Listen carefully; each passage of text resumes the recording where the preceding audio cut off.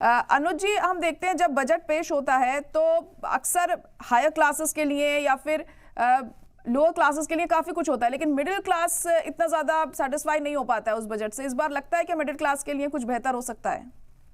नहीं, ऐसा नहीं है। देखिए, सरकार को सबको देना पड़ता है। मिडिल जी। क्लास भी सबसे बड़ा कंज्यूमर अगर कोई है तो मिडिल क्लास है। हम्म। तो मिडिल क्लास चूंकि आमदनी उसकी लिमिटेड होती है, तो इसलिए उसको महसूस नहीं होता उतना। हम्म। उसको थोड़े बहुत रिलीफ से कुछ खास मिलता नहीं है, लेकिन वो एक टाइम फेज होता है।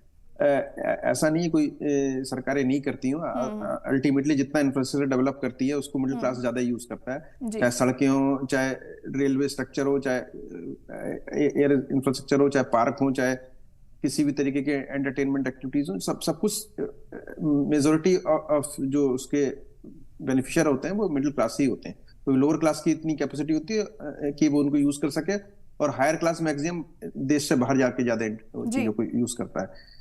तो और एक सबसे बड़ा रिलीफ जो उसको लगता है मिडिल क्लास को, वो ये महंगाई के लिए लगता है, इनकम टैक्स में रिलीफ के लिए लगता है। हम्म। लेकिन इनडायरेक्ट टैक्स तो सभी लोग सारा देते हैं। सबसे जी। गरीब आदमी जी। जो 1 रुपए भी खर्च कर रहा है उसको इनडायरेक्ट टैक्स दे नहीं पड़ते। तो एक साइकोलॉजिकल एक वो बना हुआ है कि हाँ, इनकम टैक्स हमें ज्यादा देना पड़ता है और हम देश चला रहे हैं। लेकिन ऐसा नहीं हम्म। है। हर देश में जितने भी लोग हैं, एक भिखारी भी अगर 1 रुपया खर्च करता है तो उसको उसमें भी कुछ ना कुछ टैक्स वो दे रहा होता है। जी। इनडायरेक्ट जी। टैक्सेस इतने सारे हैं, तो जीएसटी तो हर चीज पे लगा हुआ है।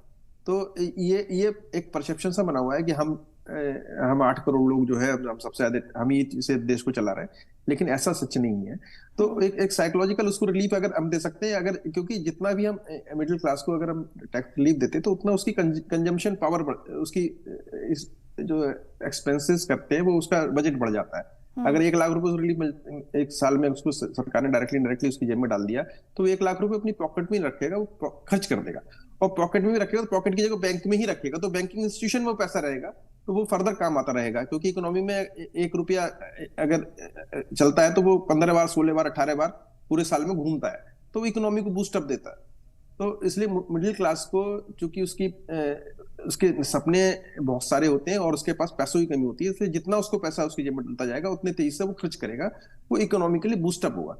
तो सरकार को ऐसे सारे एफर्ट करने चाहिए जिससे मिडिल क्लास की आमदनी बढ़ती रहे। और एक ट्रिकल जी। डाउन थ्योरी है कि अगर मिडिल क्लास ज्यादा खर्च करेगा तो निचले वाले तबके को उसका फायदा मिलेगा, तो लोअर क्लास को ऑटोमेटिकली उसका फायदा मिलता है। अपर हम्म। क्लास जब ज्यादा खर्च करता है तो उसका मिडिल क्लास को फायदा मिलता है, मिडिल क्लास जब ज्यादा खर्च करता है तो लोअर क्लास को फायदा मिलता है। तो इसलिए हम ऐसे व्यक्ति जो खर्च कर सकते हैं उनकी जेब में पैसा डालना, उनको रिलीफ देना हमेशा फायदेमंद होता है इकोनॉमी के लिए। और इकोनॉमी इस सिद्धांत पे ही काम करती है। अगर सरकार उस साइकिल को तोड़ने की कोशिश करेगी तो उससे नुकसान होगा उसको।